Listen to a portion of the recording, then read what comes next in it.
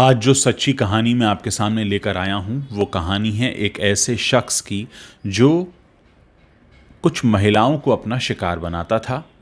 उनके सामने वो सीबीआई अफसर बनकर फ़ोन करता था, फिर उन्हें उनकी पति की करतूत के बारे में बताता था, एक रोती हुई महिला की आवाज़ सुनाता था, फिर उन महिलाओं से पैसे ऐंठता था और जब वो महिलाएं पैसे देने आती थीं और उसे लगता था वो दिखने में आकर्षक हैं, सुंदर हैं, तो वो उनकी आबरू के साथ भी खेलता था।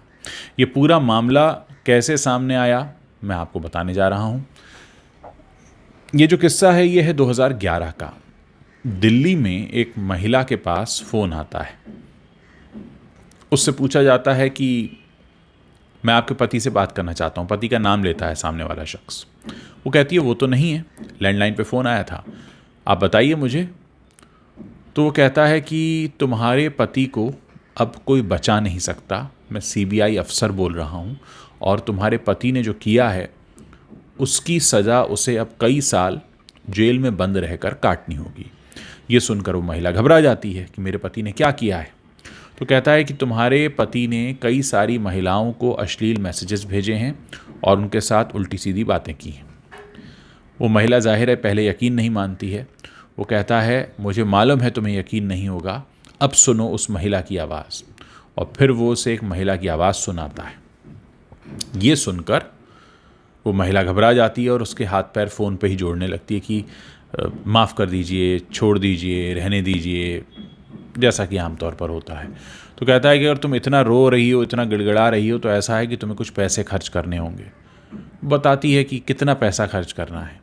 तो उससे करीब 50,000 रुपये की वो डिमांड रखता है कि मैं केस को रफ़ा दफ़ा कर दूंगा। तो कहती है ठीक है। फिर कहती है कि पैसे कैसे देने हैं। तो बताता है कि इतने दिन बाद आपको आना है और दिल्ली में वो उसे एम्स हॉस्पिटल के पास एक मेट्रो स्टेशन है वहाँ पर बुलाता है कि वहाँ पर एक गाड़ी खड़ी होगी, उसमें तुम्हें आकर देना है। दी गई तारीख और समय पर वो वहाँ पहुँचती है पैसे देने के लिए। वो उसे गाड़ी में बैठा लेता है, गाड़ी बड़ी है।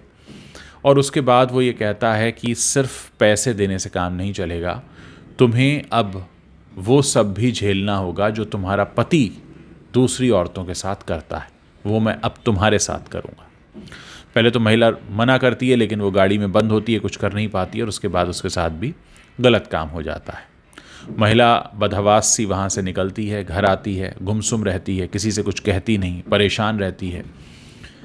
लेकिन उसके सब्र का बांध एक दिन टूट जाता है और वो अपने पति के ऊपर भड़क उठती है कि तुम्हारी वजह से मेरे साथ ऐसा हुआ। पति को उसको समझ में नहीं आता है क्या कह रही है। तो कहता है कि क्या क्या हुआ, क्या है। तो वो कहती है कि ऐसे ऐसे तुम्हारे लिए तो सीबीआई तुम्हारे पीछे पड़ी है, उनका फ़ोन आया था, पैसे मांगे, मैं पैसे देने गई तो मेरे साथ ये हुआ। अब ये सुनकर पति हक्का बक्का रह जाता है कि क्या हो गया, क्योंकि उसने कुछ किया ही नहीं था। फिर वो कहता है कि हमें इसकी रिपोर्ट जो है पुलिस स्टेशन में करनी चाहिए क्योंकि मैंने कुछ किया ही नहीं है। सीबीआई अगर कुछ होता, सीबीआई तक मामला गया होता तो कोई मेरे पास तो आता, मेरे पास कोई आया नहीं और सीधे तुमको फ़ोन कर दिया। अब वो लोग पुलिस स्टेशन पहुंचते हैं, पुलिस जांच में जुट जाती है। सबसे पहले तो वो डेटा निकाला जाता है लैंडलाइन का जो उसके घर पर आया था, पति से बात कराओ ऐसा कहकर जो लैंडलाइन पे फ़ोन आया था। वहाँ से जब को पूरा सब रिकॉर्ड निकलता है तो पता चलता है कि इसमें मुंबई का एक शख्स इन्वॉल्व है, उसने फ़ोन किया था। फिर मुंबई पुलिस को सूचना दी जाती है। सब में करीब करीब 4 महीने का वक्त लग जाता है और 4 महीने बाद वो शख्स गिरफ्तार होता है। और उसके बाद जो कहानी सामने आती है वो बहुत हैरान करने वाली थी।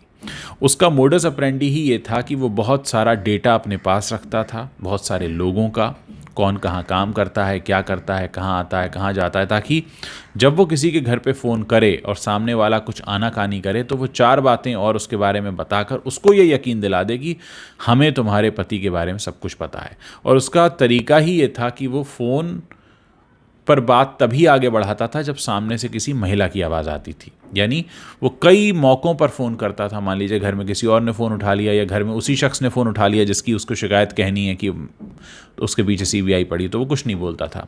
वो सीधे तौर पर इंतज़ार करता था और जैसे ही कोई महिला फ़ोन उठाती थी, और उसके बाद उसके मोबाइल में भी एक ऐसी सेटिंग थी जो रिकॉर्डेड आवाज़ वो सुनाता था दूसरी महिला की, वो सब रिकॉर्डेड आवाज़ थी। और ऐसा करके उसने करीब हज़ारों फ़ोन किए थे और करीब 40 नाम उसने खुद कबूल किए जिन महिलाओं से उसने पैसा तो लिया ही, साथ में उनकी आबरू के साथ भी खिलवाड़ किया। तो ये पूरा मामला जब सामने आया तो जाहिर है गिरफ्तार हो गया, अदालत ने उसे सज़ा सुनाई। लेकिन ऐसा नहीं है कि इस दुनिया में एक ही ऐसा शख्स था वो जेल के अंदर चला गया है। कोई भी ऐसा कर सकता है। आपके अपने लोगों के बारे में अगर आपको कभी कोई ऐसा फ़ोन आता है तो सबसे पहला काम ये कीजिए, उस संबंधित व्यक्ति से बात कीजिए, क्योंकि कभी भी कोई भी सरकारी एजेंसी ऐसे किसी को संपर्क नहीं करती है। ये लोग उसका नाम लेकर उसे आपको गुमराह करते हैं, अपनी जेबें भरते हैं, और ये भी बहुत बड़े अपराधी हैं, और ऐसे बहुत से लोग इस समय भी बाहर हैं। इसलिए कभी भी कोई फ़ोन कॉल आए तो उसकी पूरी जानकारी निकालिए, क्योंकि ऐसा न करना आपके अपने लिए मुसीबत का बहुत बड़ा कारण हो सकता है। ये कहानी मैंने आपको इसीलिए सुनाई क्योंकि सच्ची कहानी है। ऐसा हुआ है, दिल्ली जैसे शहर में हुआ, मुंबई जैसे शहर से व्यक्ति पकड़ा गया, मुंबई के पास ठाणे से। तो ये सारी बातें हमारे लिए इसलिए जानना ज़रूरी होती हैं ताकि हमें पता रहे कि हमारे आसपास क्या क्या हो रहा है। कोशिश करेंगे आगे भी आपको इसी तरह की सच्ची कहानियाँ बताते रहें जिससे आप सीखते रहें। और अगर आप भी स्टोरी टेलर बनना चाहते हैं या जर्नलिज्म सीखना चाहते हैं तो उसका एक ऑनलाइन पेड कोर्स मैंने शुरू किया है utreels.com पर। आप वहां आ सकते हैं और उस कोर्स में अपना एनरोलमेंट करा सकते हैं। कोर्स जो है वो जनवरी से शुरू होगा, जनवरी फर्स्ट वीक के बाद से, लेकिन अभी अर्ली बर्ड ऑफ़र चल रहा है और मैं चाहता हूं कि आप उसे अवेल करें ताकि ज़्यादा से ज़्यादा लोगों तक कहानी सुनाने का गुण पहुंचे, आप जर्नलिज्म के बारे में जान पाएँ, ताकि फिर कभी कोई आपको गुमराह ना कर सके और आप अपनी बात भी लोगों के सामने अच्छे से रख सकें। उम्मीद है कहानी आप शेयर ज़रूर करेंगे और ज़्यादा से ज़्यादा लोगों तक इसे ज़रूर पहुंचाएंगे।